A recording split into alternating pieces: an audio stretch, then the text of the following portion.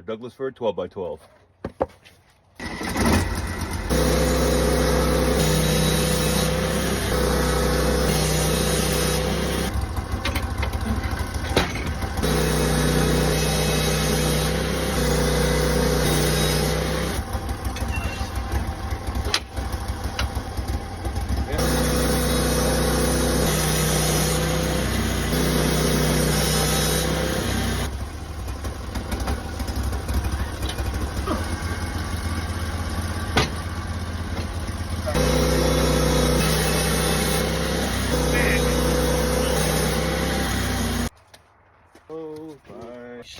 All right, well, that turned out pretty good.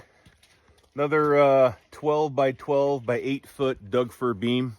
This is just something that we're going to add to our inventory, and probably won't actually process or make anything out of it till about next year at this time. So it's another foggy, wintry afternoon, but I think we're going to call it a day. I got the crew there. They gave me a hand. Appreciate you guys. All right, catch you guys in the next one. You're as cold as ice.